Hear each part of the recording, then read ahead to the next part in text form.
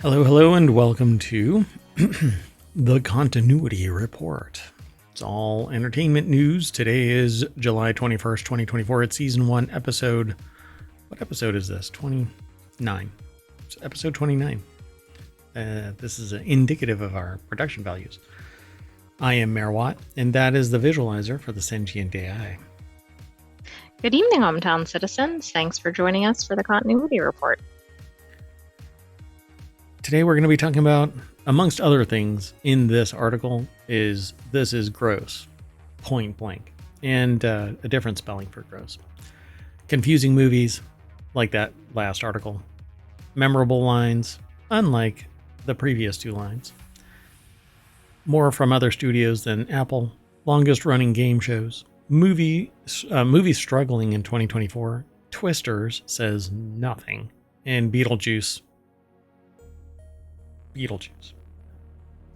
And the Rookie Spinoffs, and Despicable Me for $5 billion, Alex. That and more, brought to you by ohmTown.com.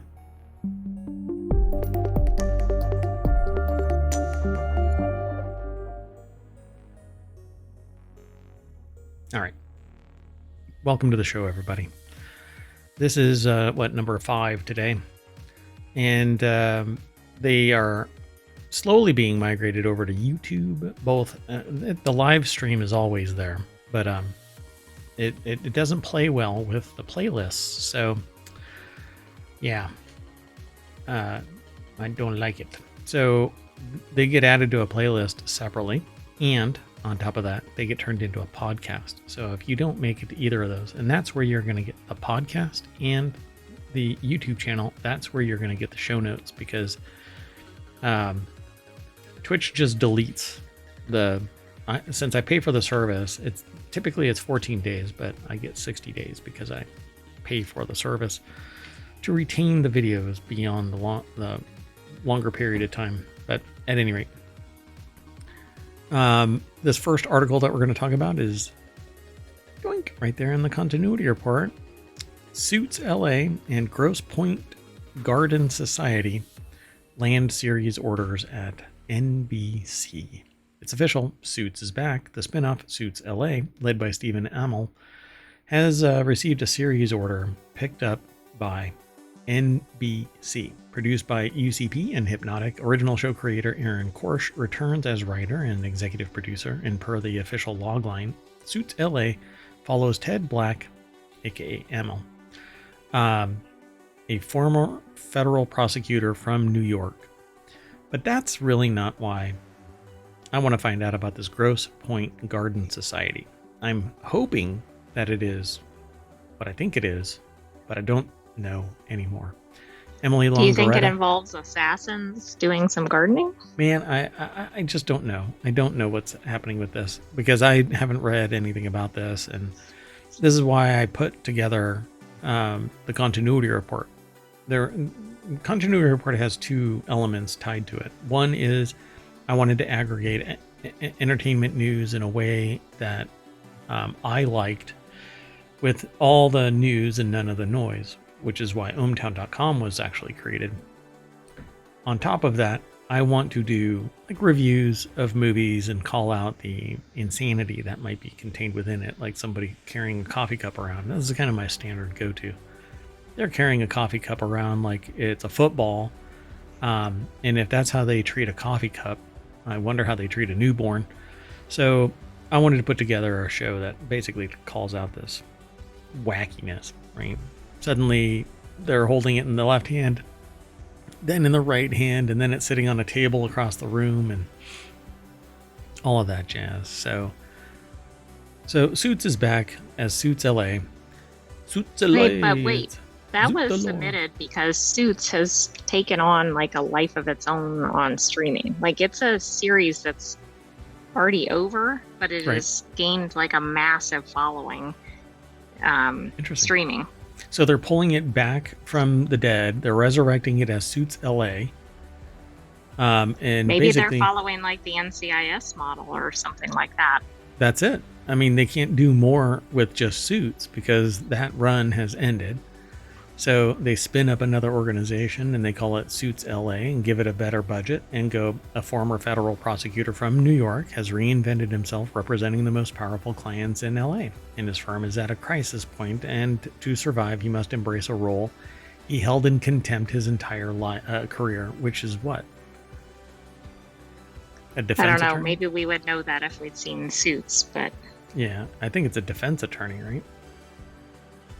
Oh, yeah. Maybe. Ted is surrounded by a stellar group of characters who test the loyalties of to both Ted and each other while they can't help but mix their personal and professional lives. Ugh.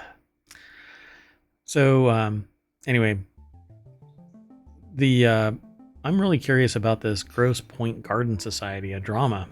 So it's not what I think it is. Starring Melissa Fumero, Anna Sophia Robb, Ben Rappaport, Matthew Davis, Alexander Hodge. Oh, really? Well, they get caught up in murder, so it might not be as gardening focused as we might think. Well, where do you bury the bodies? Get caught up in murder and mischief as they struggle to make their conventional lives bloom. Get it? Garden Society? Mm-hmm. Yeah. They don't say much about this. When I first saw this, I figured it was near Grosse Point Blank, but I know Grosse Point is a location, so... Interesting. It tells the story of four suburban garden club members with diverse backgrounds who get caught up in murder. Oh, well, that's kind of flat. So if it's just going to be that, I guess we'll have to take a look at it and see if it's worthy of long term. I mean, for crying out loud, we started getting into Only Murders in the Building. And that started out like, oh, all right. Then I said, it's 3 seasons, and then a couple of days later, hey, a 4th season for this is already coming, and we were like just gobsmacked by that. Like, my gosh, this has to be really good. And then this show does a whopper on the presentation and the writing, and it's just amazing. And we're coupling that with bouncing back and forth between Castle, which we're halfway through now, and Only Murders in the Building.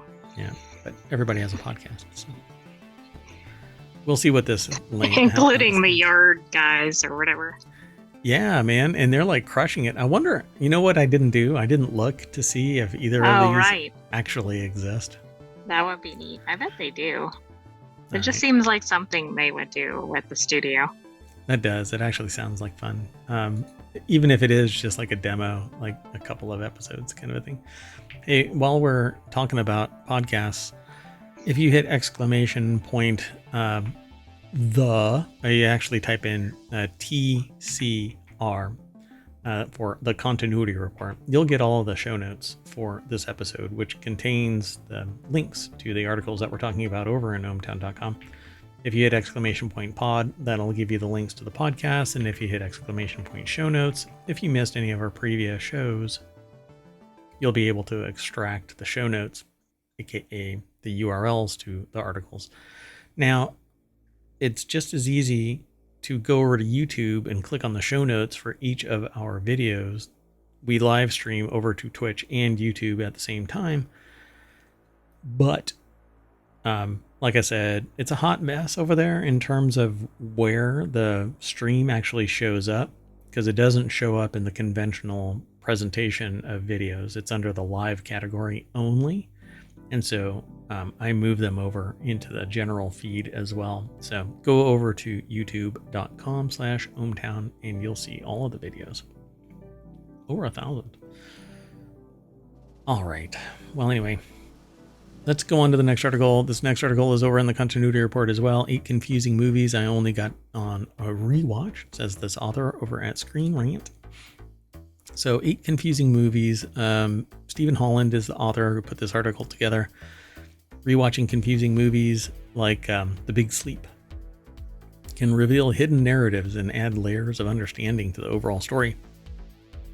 Films like 2001: A Space Odyssey challenge viewers with complex themes that become clearer upon repeated viewings, and movies like Primer and Mulholland Drive may require multiple rewatches to fully grasp their dense and intricate plots.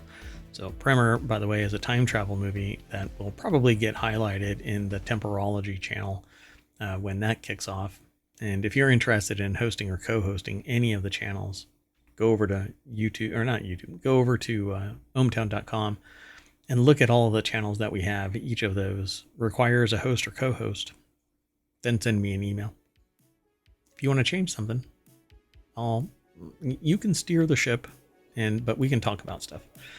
All right, so they think about the most rewarding film viewing experience that they've ever had. They have to give it kudos to the confusing movies that they only properly understood upon a rewatch.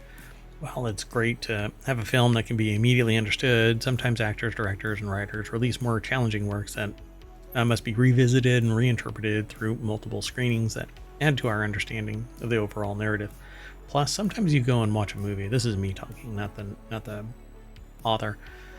Sometimes you go to a movie and you just go, I'm not in the mood. I'm not getting it. I'm not in the right mental state.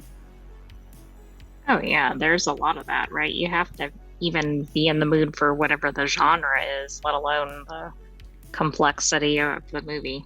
Oh, yeah. I mean, you go out on a date and somebody springs the big sleep on you and you're like, well, this isn't Netflix and chill here. You know, I don't want to watch The Big Sleep, for crying out loud. The Big Sleep was among the best film noirs ever made and was also the very first film noir that the author ever watched. As a young film fan, they were excited to see this adaptation of Raymond Chandler's classic hard-boiled detective story, and immediately connected with the performance of Humphrey Bogart and Lauren Bacall. However, upon first viewing, they have to admit that once all the conspiracies had been uncovered and Detective Philip Marlowe had solved the case, they were incredibly confused and wasn't fully aware that they weren't fully sure that they understood the convoluted resolution. So you go back and you rewatch it and they figure out, oh, I missed this. I blinked. You know, I was talking to somebody, etc. 2001: A Space Odyssey. Honestly, this is one that is just a visual spectacle, and its grandiose nature of what it is, and the concepts of what is the creation of life and consciousness and all of that. You can watch it a bunch of times, and depending on your state of your life, you understand a different context to it. They said that they understood it as rife with meaning and symbolism. However, unlike other Stanley Kubrick films that they felt got right away, such as The Shining and Full Metal Jacket, which I don't know if people really got The Shining, like, legitimately, like... Probably not, but just probably surface level, right? Yeah, and Full Metal Jacket is much more straightforward, but it says despite its confusing nature, they returned to 2001. While the meaning of the monolith was lost on them the first time, when rewatching, they felt it connected disparate aspects of the film and gave it a cohesive message about their evolution from ape-like primates into space-traveling explorers. Can't say they understand every minute of detail of 2001, and that's probably... Nobody does. Because I think some of it was nothing more than an acid trip. That's okay. Then there's Mulholland Drive. Confusing nature of Lynch's films extend into Mulholland Drive. Powerful psychological thriller is best described as an inscrutable mystery box, and they did not get it the first time around. Again, by watching it multiple times, you see more because you're not distracted by other things, well, that's true. When you have a complex movie, the first time through, there's like too many things going on, and you might hone in on whatever one character or whatever it is, and then you're missing all these other things. Yeah, and so I would busy, complex movies. I would probably watch multiple times to see if they were good, right, and caught your attention. They were complex, and you're kind of like, I don't know. What was the one that we sit through it again? What was the one that I swear we saw from a camera angle that shouldn't have been published? Talented Mr. Ripley. Oh God, the Talented Mr. Ripley! I swear we actually saw the lightning and rain and thunder sound effect generating equipment because we could actually see above the set in several scenes. It was surreal. Odd. We actually ended up leaving that. Yes, I took the Sentient USB drive, the Sentient AI, and the Raspberry Pi. Anyway, that's inside baseball. Anyway, Primer is really great. They basically discover how to build a time machine, but you'll have to watch it. I don't want to spoil it for anybody. It's quite a lot of fun to watch Primer. Some people call it Primer, but they build upon this concept, a simple concept of time travel, and they stack it layer upon layer. It was made for just $7,000, but it made $842,000 apparently via the numbers at box office. Great acting. Great storyline. Kind of hints at other issues with time travel, like psychotic fracture. So there's this theory that if you go through time travel, it breaks your your brain, like your psyche or something. Yeah, because you can't deal with it. Well, I mean, because yeah, you might as well just call it that, because the reasons vary depending on how the temporal nature of time travel shifts you. You don't come back from the time travel as you come back as a disjointed copy of you, that kind of a thing. But so as time goes on, people lash out. They think that something's happening when it's not, or they try to stop something that is happening, but they do it in a way that is counterintuitive to their personality prior to the discovery and travel through time. But it's just a blast to watch this, and then watch it once and then go and do a search for the breakdown of the timeline in Primer, and you will be blown away by how more complex it is than how the story actually takes it. Yeah, it's a lot of fun. And I would say that it's probably one of the primary factors in my desire to spin up what is a show called Temporology. And that's right there. It's the study of the science and science fiction of time and time travel. That's kind of the byline for Temporology. But basically, it's a show that's going to talk about time and time travel and how it actually exists in a pseudo sort of way. In that, sorry, someone posted, is it okay to quote what you just typed in the chat? I normally ask before I quote somebody, and so let me know, and then I'll ask the question publicly. But so this idea of temporology has always been sitting in the back of my mind, like, let's start up a show. I want to do that kind of thing. And it's been years and years and years and years and years. So I definitely want to do it. But I'll ask I won't say the name of the person that asked until they actually tell me that it's okay. But so I was asked in chat, can you name one thing that has nothing to do with science? And I'm glad you asked the question, and I'll be blunt.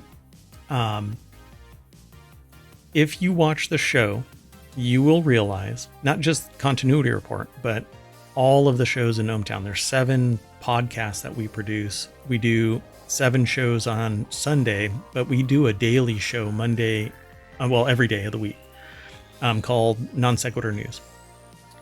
So my understanding of well, wait, is this movies or just in general? In general. It's basically because the person asked, can you name one thing that has nothing to do with science? And no, there is absolutely nothing to do. Everything is connected to science. I'll put it to you that way. There is not one thing that is devoid of science, either through the analysis to understand the ephemeral nature of it, like what is the human consciousness, or what is the human emotions, right? There is a scientific or biological component to that. There is, but then we enumerate the fantastical. We empower it with something beyond something that we can say is bound in science. And so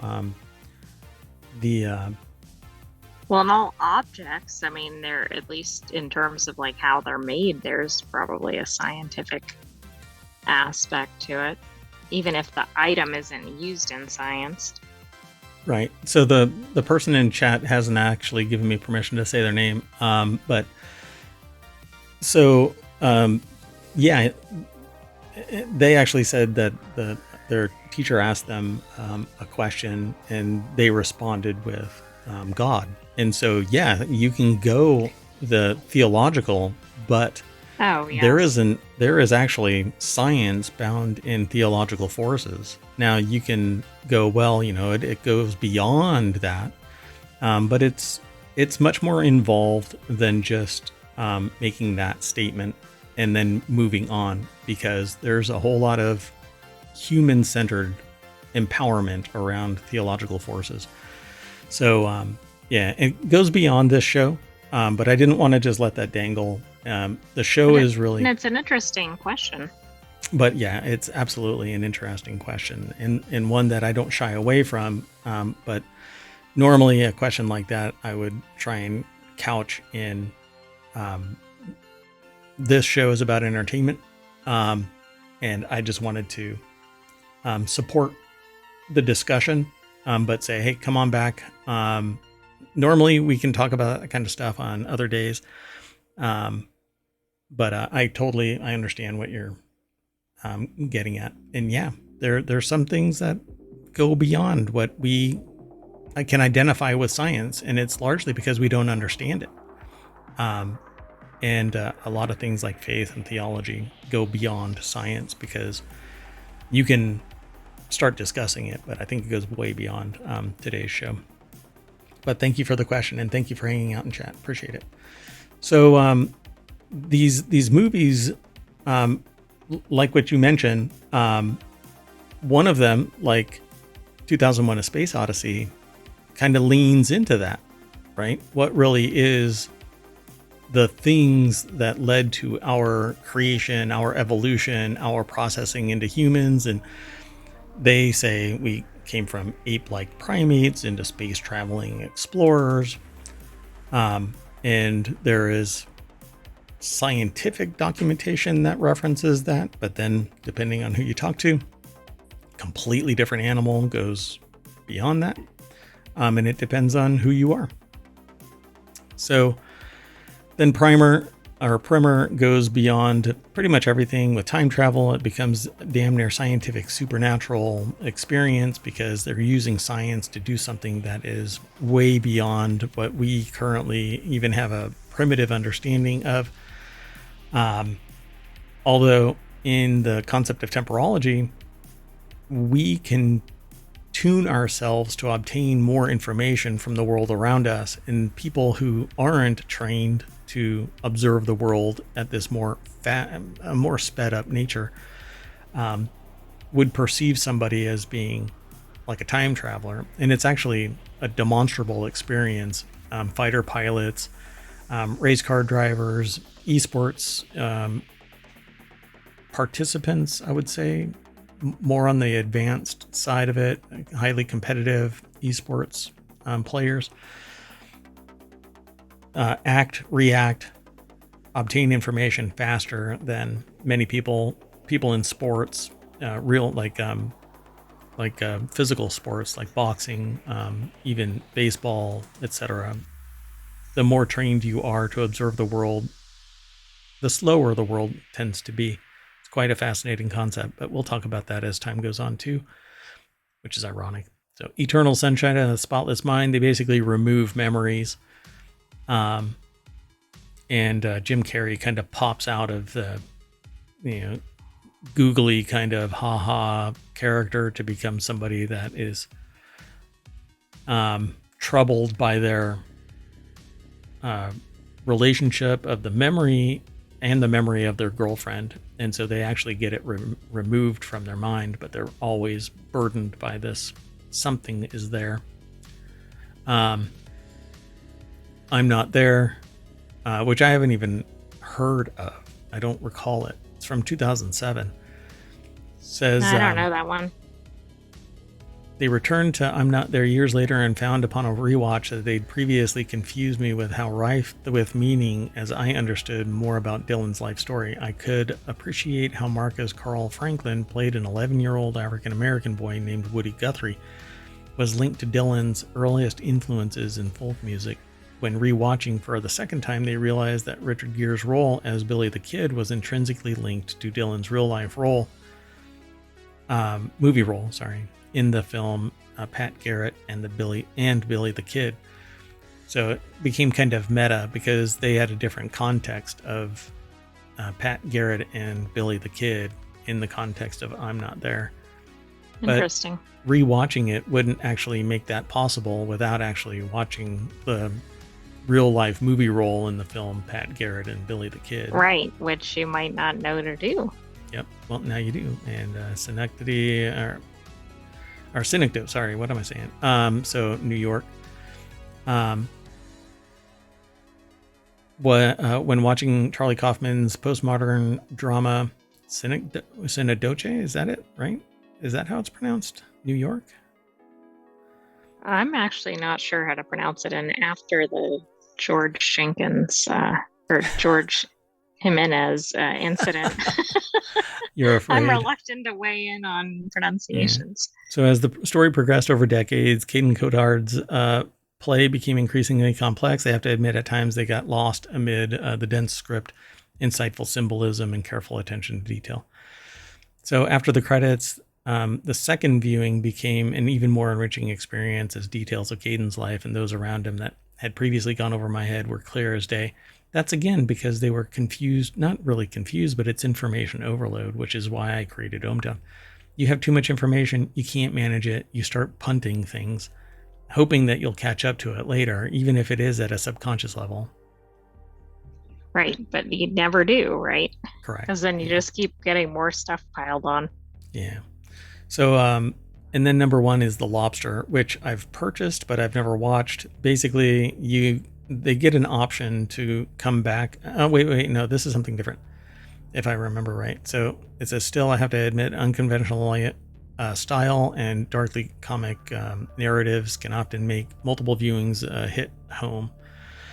So The Lobster is one of these movies, as although I could appreciate the satirical black comedy at the heart of the concept, its deadpan narrative was alienating when seen for the first time. They were impressed by Colin Farrell's reserved performance, but the true genius of The Lobster was not immediately apparent to them, the author again. However, when watching The Lobster for the second time, it was struck how effectively the film deconstructed societal expectations around love and romance.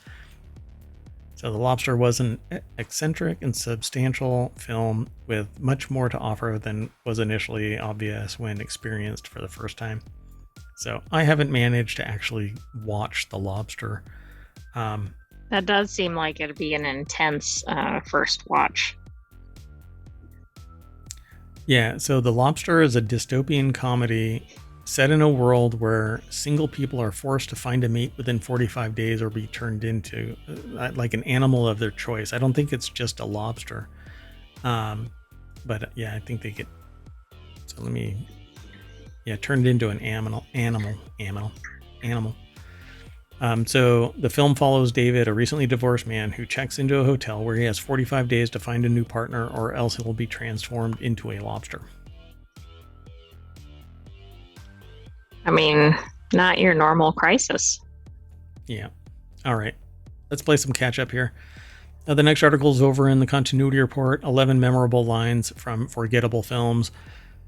Sometimes a single quote can carry an entire movie. More often, good films are built from sharp screenplays with writing that acquires even more meaning thanks to the emotions evoked by the narrative. So, forgettable movies. Their website's broken. So this is over at avclub.com. I don't know who is the author yet. Maybe it says it at the very bottom. Cecil Parker. Yeah. So the article is titled 11 Memorable Lines from Forgettable Movies, The deck statement says our cultural lexicon is sometimes more forgiving than Rotten Tomatoes. And so let's see if they actually have, is it broken out in any way or? I think it's a scroll. Oh, like a slideshow, but horizontal? I think so. Mm-hmm. Oh, I don't know. It's not doing it. Let me refresh it. Maybe it's, yeah, I think their page is broken.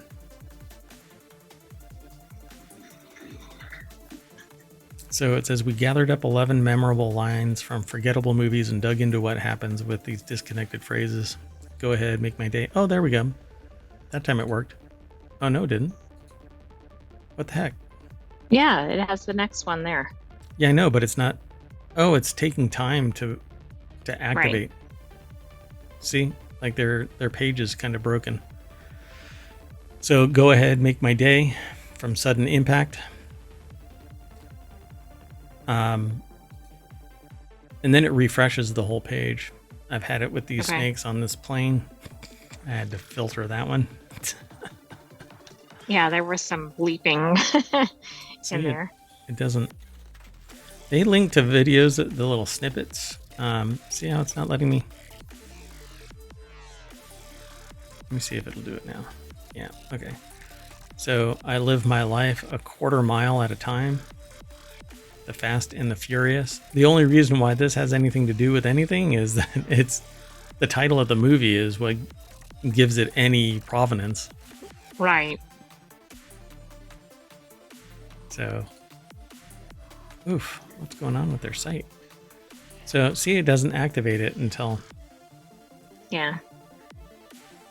In Street Fighter, it says, but for me, it was Tuesday. They actually give context about this underneath the little video snippet after a long speech by Ming-Na Wen's Chun-Li.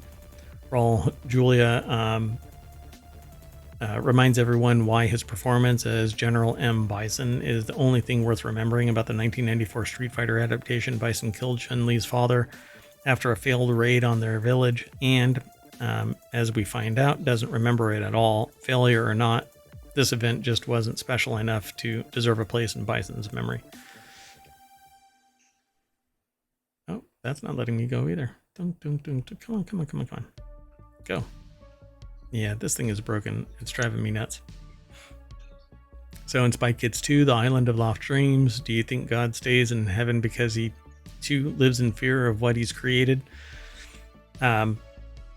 So goes infinitely harder than the movie around it, and similar to Street Fighter, it comes about from giving tasty scene-chomping writing to a performer who's all too happy to give his all. Steve Buscemi. Buscemi's mad scientist doesn't live in a bad movie. Robert Rodriguez's hyper-stylized filmmaking actually fits his preteen action franchise perfectly, and the combo doesn't truly get stale until Spy Kids 3D. Game over. It's all in the title. Yeah, really. Come on. There we go. I will find you and I will kill you from Taken, which he has a certain set of skills that he's honed over what does he say? Something about a long career or something like that. A particular set of skills with which he will find and kill whoever took his daughter was enough to revitalize Neeson's career, provide endless parody fodder, and finance 2 sequels and a TV series. Yep. Wow. Pretty wild. Come on, refresh. I don't know if there's a timer on this or what, but I'm going to have to call it. There might be. Yeah. All right, I'm going to have to move on. So the next article is over in Wanted. It's a report. Apple TV Plus will soon get a lot more movies made by studios other than Apple. Apple TV Plus has carved out a niche for itself with strong original programming, and while it's still far behind like Netflix, look, Apple is pretty damn content in terms of subscribers. It will slowly grind and accrue more and more customers. It just doesn't have as much content, right? I mean, Netflix has been around longer than Apple TV Plus. Yeah, and Apple is actually making its own content for a lot of it right out of the gate. Right. So to build on that, Apple is talking with major studios about ways to complement its slate So there's a report that more is going to be coming out. Samuel Axon over at arstechnica.com put this article together. And it says, according to Bloomberg's reporters Lucas Shaw and Thomas Buckley, who cite people familiar with Apple's workings, those sources say Apple is having discussions with more than one large film studio about bringing more movies to the service. Hey, welcome back. Sorry, someone in chat. So Apple previously experimented with this by licensing around 50 movies and making them available on the service for limited runs over the past several months. That experiment seems to have gone well, leading Apple to begin laying the groundwork for expanding on that. So I don't know if they're really going to be talking about, they don't really talk about additional shows, but it says it's worth noting that Apple has found some big success in terms of series like Ted Lasso, Severance, The Morning Show. They don't mention the two, whatchamacallit? Is some Foundation? of their sci-fi stuff? Yeah. Foundation? Like Silo. Silo? Yeah. Yeah, they don't I can't think what else. Like whatever the one that was, it was like billed as a thriller, but it was kind of a horror movie or show. Oh, really? I can't think of the name of it. It was about the astronaut. Oh, right. Yeah, I don't even remember that one. That was so traumatic that you kind of bounced out of that. Yeah, so.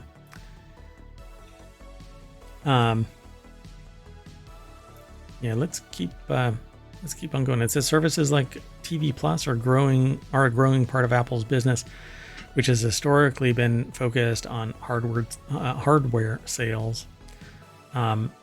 It was second quarter of 2024 fiscal year. The service bucket accounted for $24 billion in quarterly revenue, which is more than half the revenue generated by iPhone hardware sales alone. Dun, dun,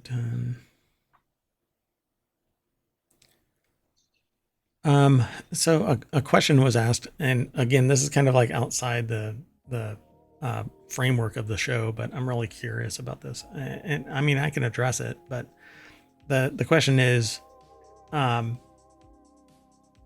people who lift, I'm going to summarize. So if somebody lifts a car, but it goes beyond what their normal strength would be, you say it's our nervous system that would be the stopper because it makes us feel our limits, whereas our brain can know the limitations, but the curious side of our brain would try anyways. It's not really about the cure in this context, and at least in the proposed example. If someone has enough drive, motivation, adrenaline can drive, and motivation can drive somebody to exceed what their normal constraints would be through force of will alone.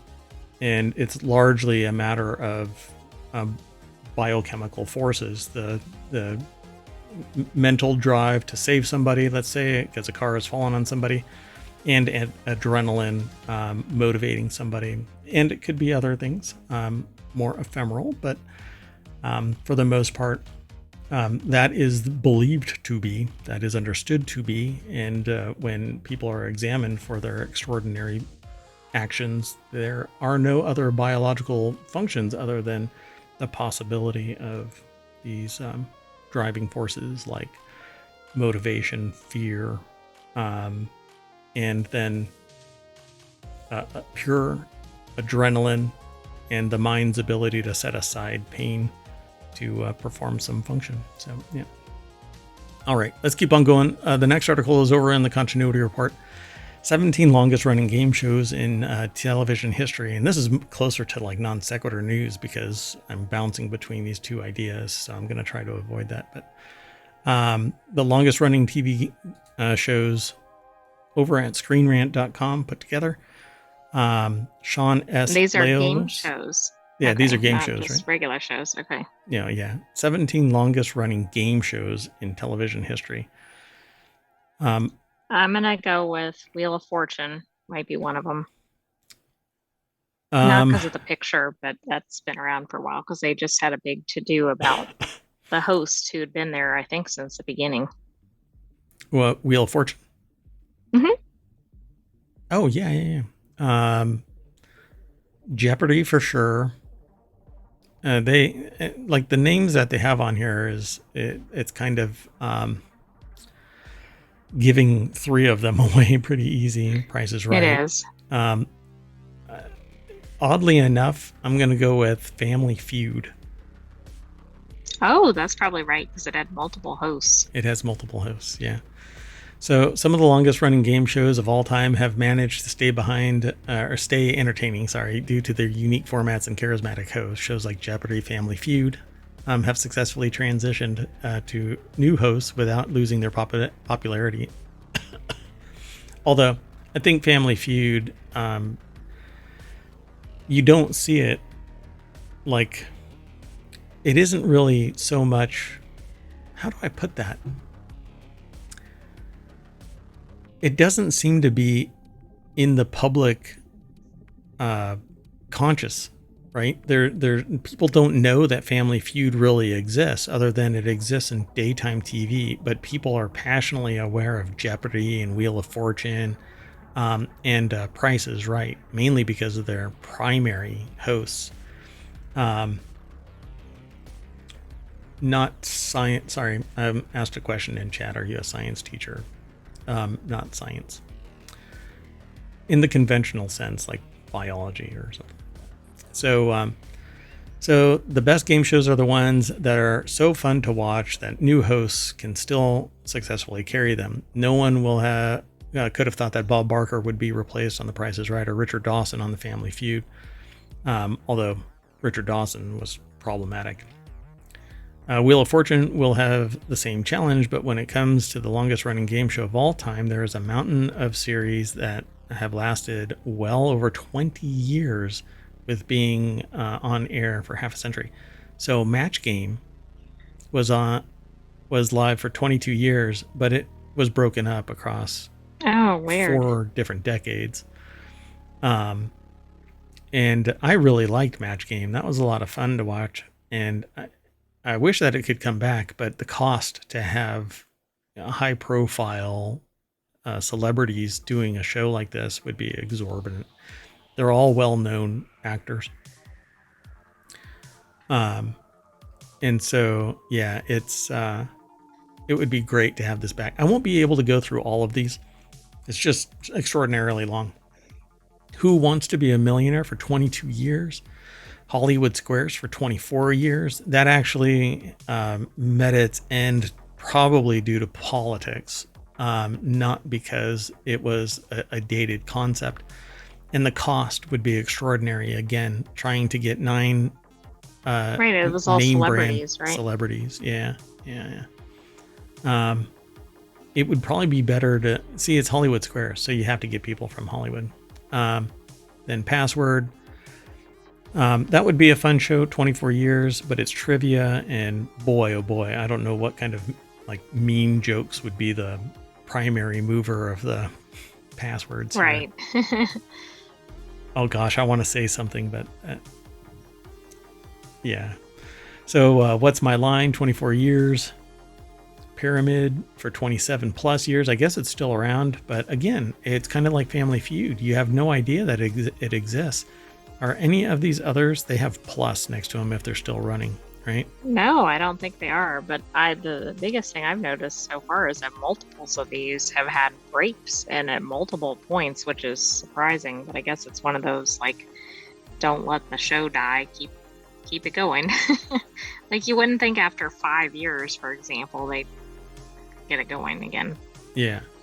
But then they resurrect them and then it's gone. But this one here, Newt Veer Newt, which is probably being pronounced incorrectly because it's in Afrikaans. I guess it's a like note for note. Let's see, Newt Veer Newt, which translates from Afrikaans to a music note for a cash note. What? That translates? It's the same 2 words. It basically is changes note context for note. But then, yeah, in context, I don't think the words actually say that. Oh, so one newt is note, and the other newt is the cash note. And Yeah. so, yeah, interesting. That's pretty funny. Yeah. So that's actually pretty clever, you know. but it's a musical know. game show, and it's been around for 33 years. The cost Wow. has to be astronomical. Exactly. The show involves four Especially if contestants. it's like well-known acts. That is pretty awesome. Oh my gosh, I gotta find this. Let's see. The series used to feature a house band that would provide musical clues, but a DJ was brought on in 2012. Interestingly, the series also acts as more than just a game show, as it frequently features musical acts who perform for the contestant and the audience. In the show, like many popular trivia-based games, also brings winners back to participate in semifinals and grand finals as the ultimate winner. That's pretty awesome.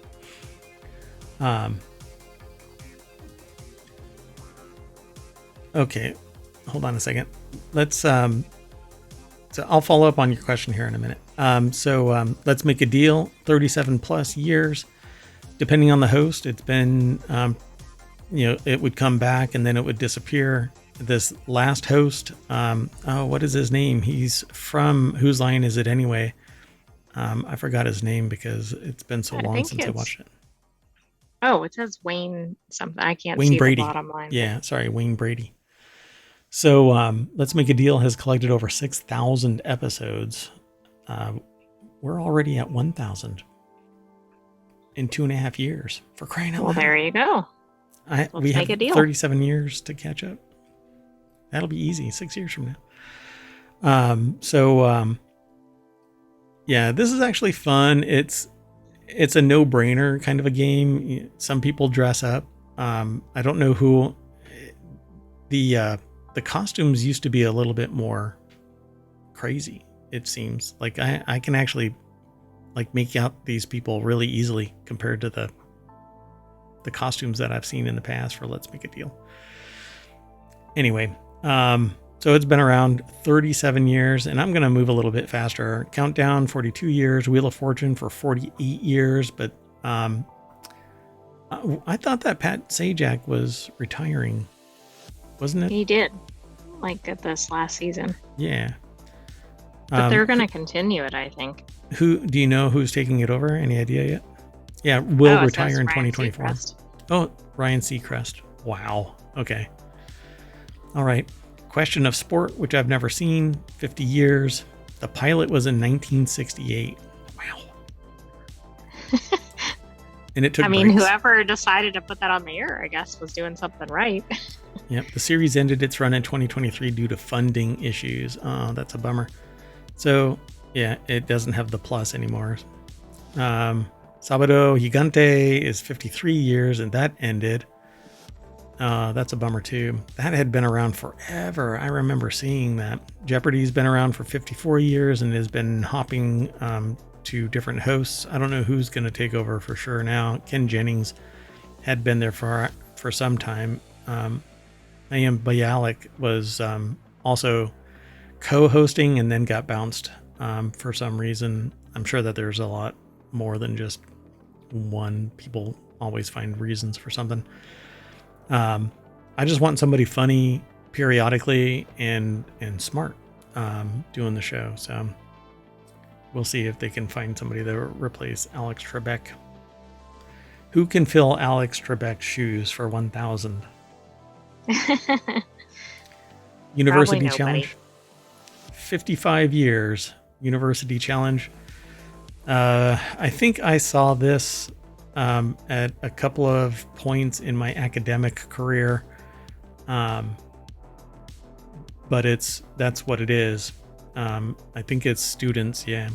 University students compete in rounds of trivia throughout the season until one university team is left standing. It's kind of like an academic competition.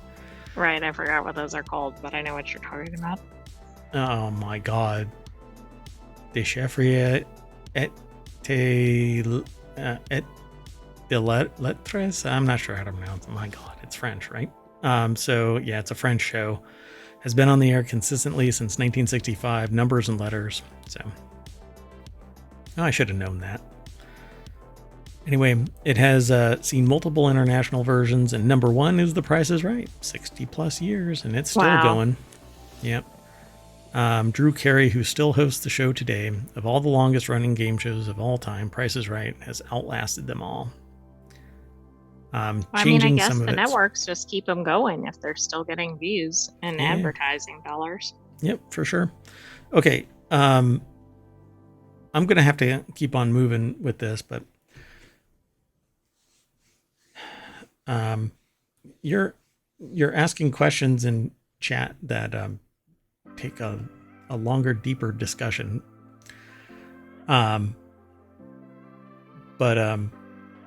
Yeah, as long as you take care of yourself, I think that you should be able to train as hard as you want, whatever it is.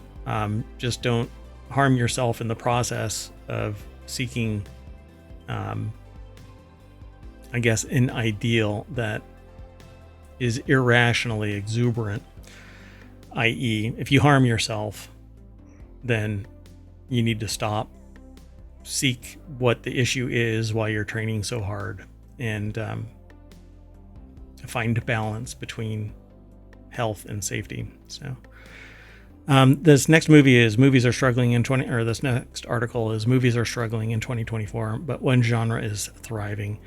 2024 hasn't been a great year for movies except for one genre, so let's find out what it is. Alex Welch over at digitaltrends.com put the article together. Really? Are they? So the majority of this year's releases have, in fact, turned out to be either good or mediocre. That's to say nothing of how uneven 2024's box office numbers have been, with films like Civil War and Beekeeper overperforming, while seemingly obvious hits like The Fall Guy and Furiosa have fallen short of financial expectations. I think they're going to say that it's low budget. Well, right. I mean, it's all, I don't know. They're throwing too many dollars at things and they're expecting people to flock to theaters, and that's not happening. Yeah. So spring saw the horror genre flourish. The future looks bright for horror, and diversity plus quality equals success. So I don't know, the horror movies, Night Swim, do any of these actually come off as popping as big winners in the box office? As mega hits? No, but they might be if they had real low budget that ratio might be tremendous. None of these stand out to me. Maybe First Omen. I think I heard more about that one than the others. And no worries in chat.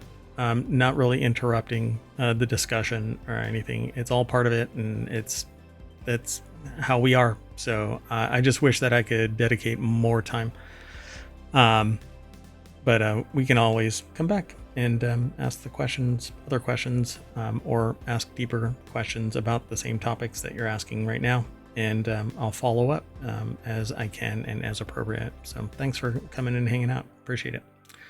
So that says that's thanks in no small part to genre-bending experiments like I Saw the TV Glue, Handling the Dead, and In a Violent Nature, all of which boldly presented new twists on stories and tropes that audiences have otherwise seen before. None of this it doesn't really ring a bell or anything. No. So Maxine, though, we've seen a lot about. We know the name. And Longlegs, we're hearing a lot about that. Yeah, now Longlegs. Longlegs was like freak people out. Just came out, right? Yeah, exactly. Yeah. And it has a huge name in it. Probably sacrificing something to be part of it because they wanted to be part of something like that. Maxine, again, we've heard a lot about it, but I don't remember seeing any numbers saying that it's extraordinary. No, I don't either. Booming or anything, right? And it says, but they say the future looks bright for horror. M. Night Shyamalan's Trap, Zoe Kravitz, Blink Twice. M. Night Shyamalan's Trap is, I thought, from his daughter or something like that. I thought so too. Huh. Unless they're now competing. Yeah. Now I'm confused. Interesting.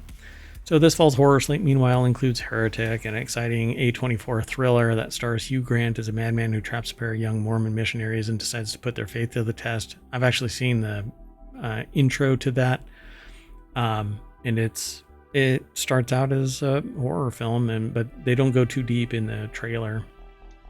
By the way, Trap is directed by M. Night Shyamalan, but it has Salika Shyamalan in the movie. Oh, okay. So maybe that's the daughter connection. Yep. And I guess they're redoing Nosferatu, which is from like 1926 or something like that. Spinning it back new again. Everything old is new again. All right, folks, let's keep moving. The next article is over in it's in ohmTown, but Non Sequitur News is where it's been aggregated to. Twisters doesn't mention climate change to avoid saying anything message oriented, which basically amounts to it says nothing. Charles Pulliam Moore over at The Verge puts the article together. The deck statement says Twisters director Lee Isaac Chung says the movie doesn't talk about climate change because he didn't want audiences to feel as if they were being preached to. Well, I don't know. Maybe you kind of have to do that sometimes. Get a little preachy because people aren't buying into it. So it would have made sense if Twisters, a film about storm chasers studying a spate of unusually powerful and destructive tornadoes, worked climate change into the story, but in a recent interview, they chose not to because they didn't want it to be message-oriented. But what is a movie about unusually powerful and destructive tornadoes called Twisters that follows off of researchers doing research into why tornadoes are as powerful as they are right now? Quite fascinating. So as a weather disaster sequel whose premise boils down to what if tornadoes, but bigger and sometimes on fire, Twisters seems... Fire-nados. Yeah, fire-nados. We should throw some sharks in there and call it a fire sharknado. So the realities of how researchers are still trying to understand the relationship between climate change and the kinds of storms that cause catastrophic destruction. No. We're pretty aware of what is going on with ever more powerful and destructive tornadoes. Powerful equates to destructive unless nobody's in the way of it. No, they're getting bigger, they're more powerful, they're longer lasting, they start earlier, they end later in the season, they're spinning up faster in more regions, for crying out loud. Anyway, you should really mention it because if somebody wants to turn off to watch the movie, maybe that's the time where they need to be activated a little bit. Hey, guess what? This movie is brought to you by climate change and climate change awareness. So, and with that would have been really good, like even leaning into it further and going, hey, ticket proceeds go to fill in the blank foundation. Yeah, I think you're right. It would have been nice. Let's keep moving. The next article is over in Reality Hacker. Jenna Ortega heads to the afterlife in new Beetlejuice trailer. Jenna Ortega and Winona Ryder return to Winter River for a supernatural adventure in the new trailer Beetlejuice. If you haven't looked at this trailer, it's actually a lot of fun. But Dan Girolamo over at digitaltrends.com put the article together. The Wednesday actress stars as Astrid Dietz, the teenage daughter of Lydia Dietz, played by Winona Ryder. In the latest footage, Astrid does not believe in ghosts, noting that only gullible people believe in that kind of crap. However, Astrid comes face to face with one of these spirits after being abducted into the underworld. As a result, Lydia has no choice but to team up with Michael Keaton's Beetlejuice. Sorry, I was just looking. Did you just say it 3 times? I did say it 3 times. Oh my goodness. We'll see it. We'll say it. And if you see anything pop up in your visualizer, then just say it 3 times real fast. As a result, Lydia has no choice but to team up. So confronting the unknown, conquering your fears, there's nothing harder, Lydia says before embarking on her mission to the afterlife. There's a trailer here, so follow the link through ohmTown over to digitaltrends.com and you'll learn more about it. But it has really cool special effects in it. Michael Keaton comes across pretty much as Beetlejuice. Although I would say in this little still, the makeup doesn't seem so much part of him as painted on him. So I hope that the movie itself comes across a little bit better. Back in the director's chair for Beetlejuice is Tim Burton, who's also helmed Beetlejuice, the original. The 1988 film starred Alec Baldwin and Gina Davis as deceased couple Adam and Barbara Maitland, who find themselves haunting their home after dying in a car accident. I don't know if the Maitlands are going to return in any form in this movie, but Yeah, I don't know. The dude with the shrunken head returns in multiple forms, always being referred to as Bob. Hold down the fort, Bob, and it just looks around. Well, that's good. I mean, I hope they bring in a lot from the original, but given the length of time, I'm not expecting multiple returns. Yep. We'll see. Let's keep moving. Next article is over in, well, come on, Arc. Over in the Continuity Report, Channel 8, the Rookie Spinoff shows we would love to see. I'm going to move pretty quick through this because these are one of those things where we're like, yeah, we want to see this, but who knows if it actually happened. But it's not actually in the works, right? Yeah. So the article, it's like a feel-good, like if it happens, then awesome. But ABC canceled the Rookie Feds due to lack of popularity, but a new spinoff could still happen. Yeah, I never felt the Feds part of the Rookie would actually amount to much. Oscar Hutchinson. The characters didn't have the same draw as the Rookie. Like, you didn't really gravitate toward the characters, I don't think. My understanding is there was only that one woman that was the one FBI agent, and that person actually reminded me of somebody in my real world, and that blew me away. I was like, whoa, wait, did they actually talk to that person? Right. Because it almost maybe so embodied their life. It was really interesting. Right. So Oscar Hutchinson's complex character adds depth to the Rookie with potential for his own spin-off, and characters like Bailey Nunn, right? Is it Nunn or Noon? Right, Noon. Wade Gray and Lucy Chen could also lead successful spin-off series. I do not see that, but that's okay. Let's see what they actually I don't know who Oscar Hutchinson is. Oh, okay. He's on parole and helping the force, but that's not actually true, right? No, I think he's working against them actively. Didn't he just break somebody out of prison? Spoiler alert. Yeah. Oh, yeah. Oh, dude. Next, you're going to say Dumbledore dies. What the hell? Oh, no. Anyway, yeah, I don't see it. It says this echoes the hit TV series White Collar, which saw the team. What? Saw the team up. Oh, sorry. The way that it's written. Saw the team up between an FBI agent and a white collar criminal, which white collar criminal, this guy is not. No, he most definitely is not. Yeah. But the white collar was a fun series. Yeah, I really like it. But it was also pretty lighthearted. I'm not sure this character is going to lead the lighthearted storyline. This show has not been lighthearted in any of its seasons. There's little fits of lightheartedness, but right. White Collar was a fun watch. This gets dark really quick. Lucy Chen and Tim Bradford leave the force. Sure, I see that happening, but I don't see them as what kind of a two former cops move in together. Like have a baby bosom buddy, yeah, kind of show. Yeah, I don't see that. Like if they started their own whatever PI firm or something, maybe. Like if it was something more like the Rookie, I could see that probably working. Yeah, I don't see that. To be together, they have to start a new life, and they would have to move on. So, yeah, I don't see it. I don't see them pulling the. I don't think they have enough charisma on the screen to pull in an audience, but we'll see.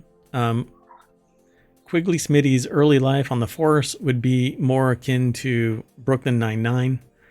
But I can see that. And that could actually work if he had a good cast around him. Right? Yeah, I could see that.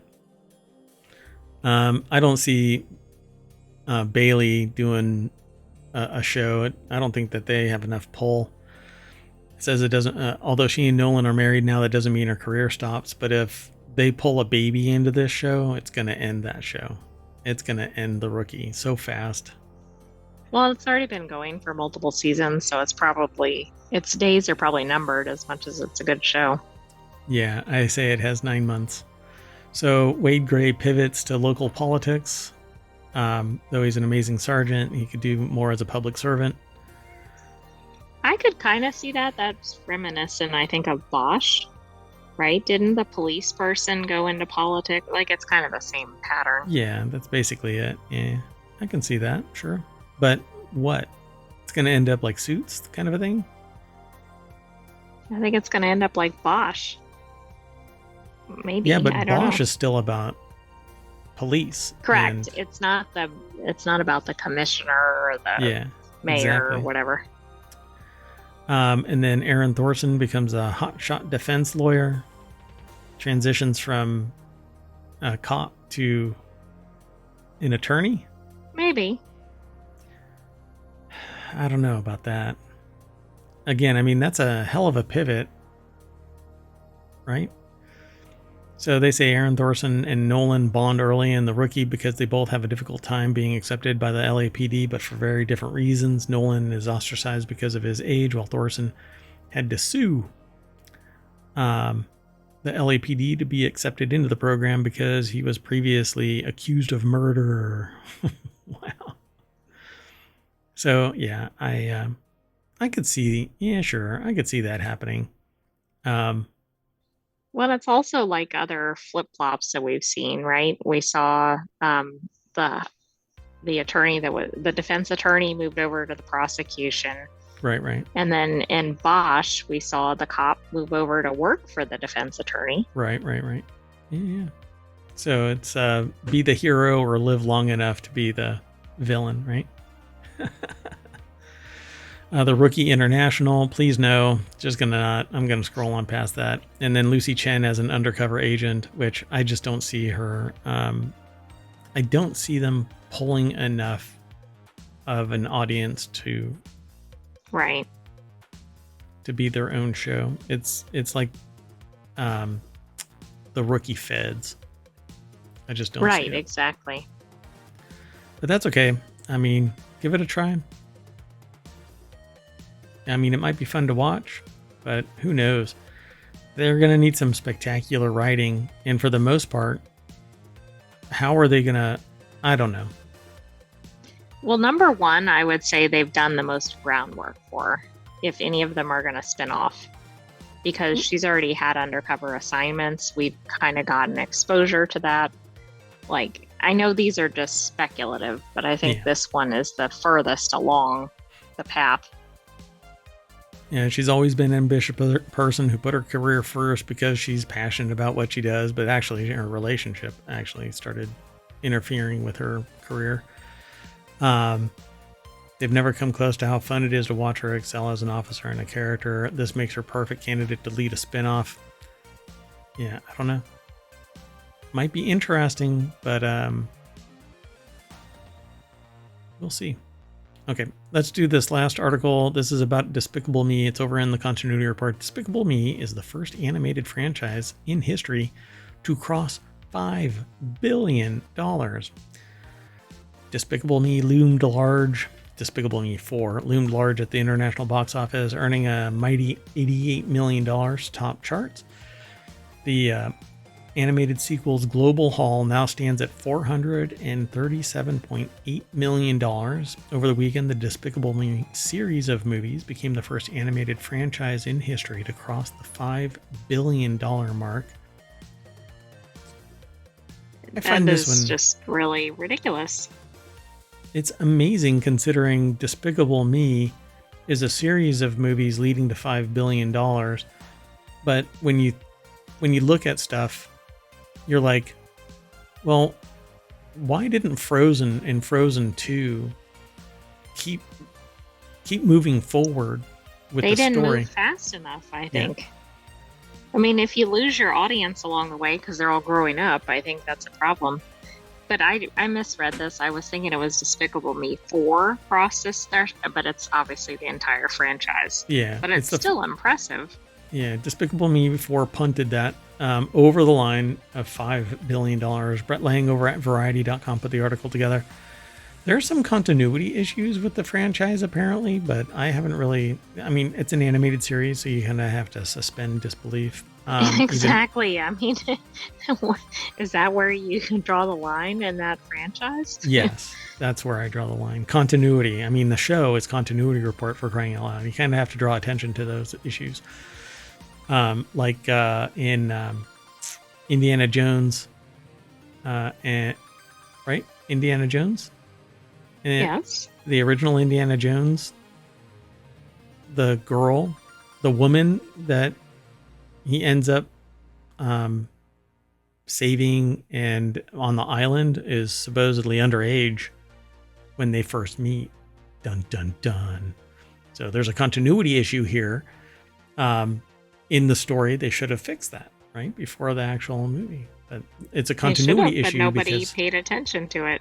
Until years and years later, yeah. So a former schoolmate turned bad guy and rival in Despicable Me 4 brings Steve Carell back as Grosse, a reformed supervillain, and pits him against Will Ferrell as Maxime Lamall, a former schoolmate turned bad guy, as all former schoolmates do. Dun, dun, dun.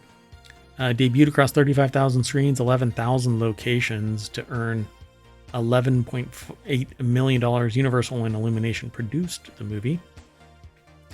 So then they talk about Inside Out and other things, but Despicable Me 3, Despicable Me 4, Despicable Me 2 and 1, and the others combined, $5 billion.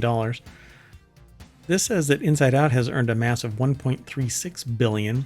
It's the only 2024 release to join the $1 billion club. So in 1 year, Inside Out 2 or right? Inside Out 1. They're going to have to keep that franchise going. Yep. And again, Herman's Head, I think, is the inspiration for that because it preceded this by, 40, 50 years, something like that? When was Herman's Head out? Hold on. 1991. I looked that up earlier. Did you? 1991. Dear God. So like 30 years? 35 years. Yeah. Right? Oh my God. 33 years. Oh, 91. Yeah, 33. Yeah. Math is hard. Anyway, that's it, folks. We are done. A Quiet Place. Shh. All right. Focus. Okay, so I'm going to turn on the movie theater lights, and we're going to snap back to the Continuity Reports front page, and that is it for our show. We're gonna reset, and Technology Today is the show after this. Be sure to follow us. You'll be informed when we start the show. It might end up being a Time Machine episode tomorrow, but I have mayoral duties tomorrow that will prevent me from doing it unless I reorganize. So I'm going to have a quick discussion, and we're going to restart in about 5 to 10 minutes. So stick around if you want to, and if you don't see us back in 10 minutes, then we probably won't do the show. That's okay. I'm Mayor Watt. That is the visualizer for the Sentient AI. I wish I could promise it. My throat, I'm losing my voice. So, yeah, we'll see what happens. Okay, see you in a little bit. You want to say bye? Good night, ohmTown citizens. Thank you for joining us for the Continuity Report. Yeah, it's one of those nights. See you in a little bit. Maybe.